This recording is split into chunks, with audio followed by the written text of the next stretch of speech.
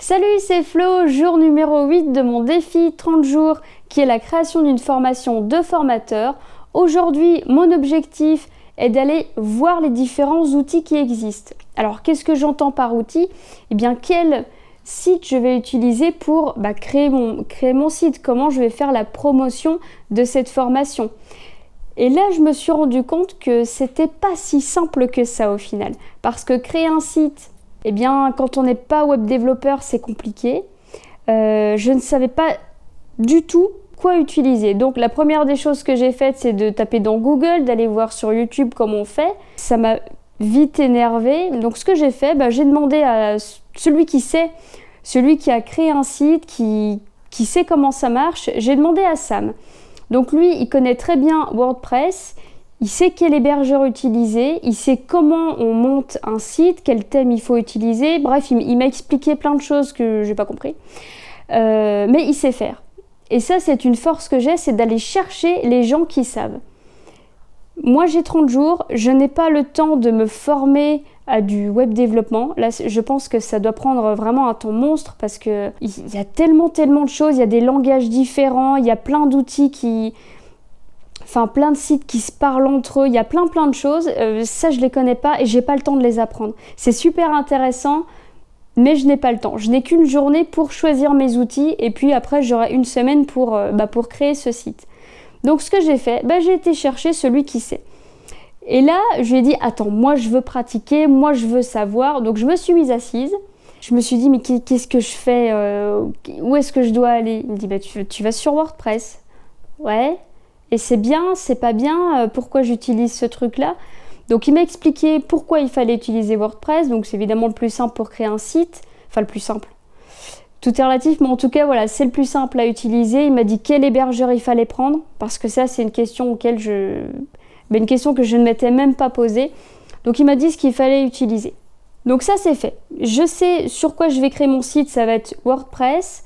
Pour ce qui est la formation en elle-même, comment je vais faire? Eh bien, je vais utiliser une plateforme qui s'appelle Learnybox, qui est très bien conçue. Il y a plein de tutoriels, elle est vraiment facile d'utilisation. Donc, je vais utiliser celle-ci, ça va être le plus simple pour moi. Encore une fois, je m'entoure de ceux qui savent. Learnybox, je l'ai choisi parce que c'est un peu un package super complet où je vais avoir mes emails d'intégrer, tout ce qui est tunnel de vente. Il y a des tutoriels qui m'expliquent comment ça fonctionne et c'est vraiment pas du luxe. La plateforme de formation, bref, il y a plein de petites choses. Je crois même que les paiements sont intégrés avec. Voilà, donc il y a vraiment le pack complet. Et moi, c'est vraiment quelque chose que je veux, de la simplicité. Au niveau des réseaux sociaux, ce que j'utilise actuellement, c'est Facebook. Donc je vais continuer comme ça parce que je sais comment ça marche. YouTube aussi. Donc là, vous le savez puisque vous en êtes abonné pour certains. Pour les autres, abonnez-vous, vous verrez la suite des vidéos plus facilement.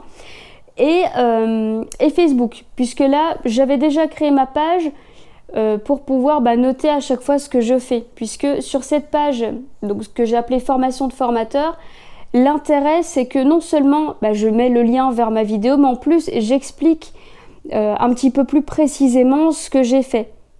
Je pense que là, dans ces vidéos, tout le monde regarde et c'est pas... les informations que je donne aux formateurs n'intéressent pas tout le monde. Donc voilà pourquoi je donne ce type d'informations uniquement sur cette page. Et je vous invite d'ailleurs à aller la voir. Je me suis rendu compte de quelque chose d'important aujourd'hui, c'est que en cherchant les outils que j'allais utiliser, je suis tombée sur plein de vidéos de plein de formateurs, de plein de coachs. Tout le monde veut m'expliquer comment fonctionnent les choses et toutes les personnes sont les meilleures.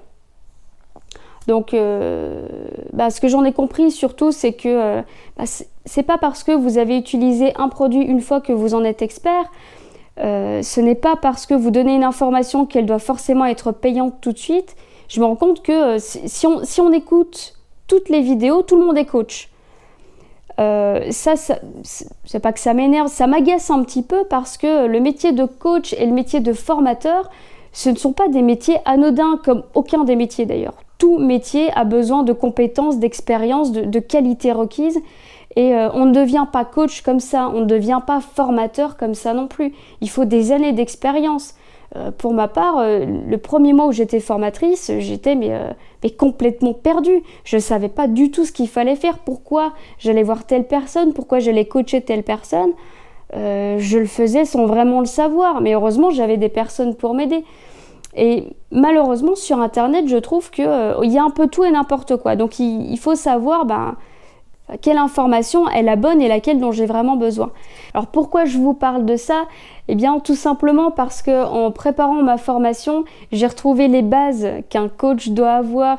Il doit avoir certaines qualités, et je me rends compte que des personnes que j'ai pu voir sur YouTube, notamment on voit des pubs de partout, ils n'ont pas du tout la bonne approche. Un coach ne va pas vous donner une information et vous dire fais comme ça.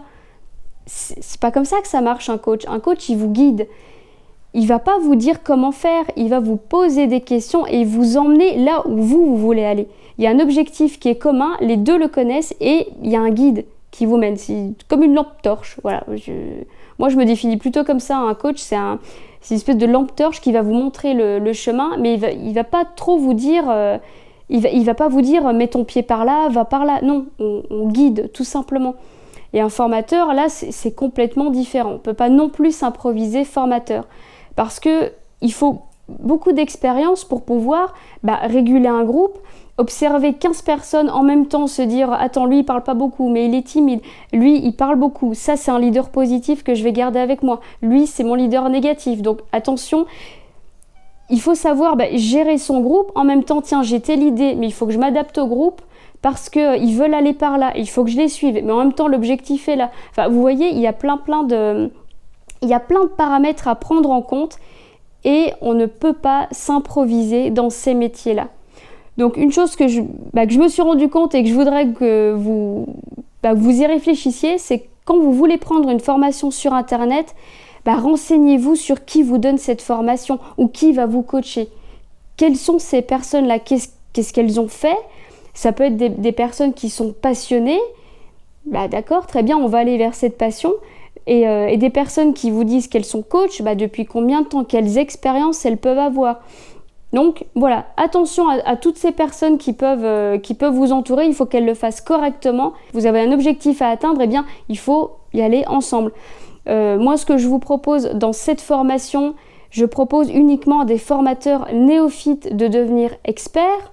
Et je vais leur donner toutes les astuces pour ça, comment je crée mon itinéraire pédagogique, comment je régule un groupe, qu'est-ce que je fais de mon administratif, comment je crée ma formation et qu'est-ce que je fais après ma formation. Il y a toutes ces choses-là, moi je veux les donner à des néophytes. Maintenant, j'ai des années d'expérience derrière moi pour faire tout ça. Et c'est pour ça aussi que je me permets de faire un défi en 30 jours, de créer une formation en 30 jours. Il faut du temps, il faut de l'énergie, et puis il faut surtout avoir la volonté. Et mon objectif premier, c'est surtout de montrer que peu importe qui vous êtes, peu importe votre passé, peu importe ce que vous avez fait, l'important c'est l'objectif que vous voulez atteindre. Quel projet vous vous mettez dans la tête? Si vous retirez tous les blocages de j'ai pas le temps, j'ai pas l'argent, je suis pas dans la bonne ville, si vous enlevez tout ça, vous allez le réaliser, cet objectif. Vous allez y aller, vous allez réussir. Et je suis en train de faire ce défi exprès pour ça, pour vous montrer qu'on peut faire tout ce qu'on a décidé. Voilà, c'était ma petite réflexion du jour. Merci de l'avoir suivi. Likez ma vidéo, abonnez-vous à la chaîne et je vous retrouve demain pour le jour numéro 9.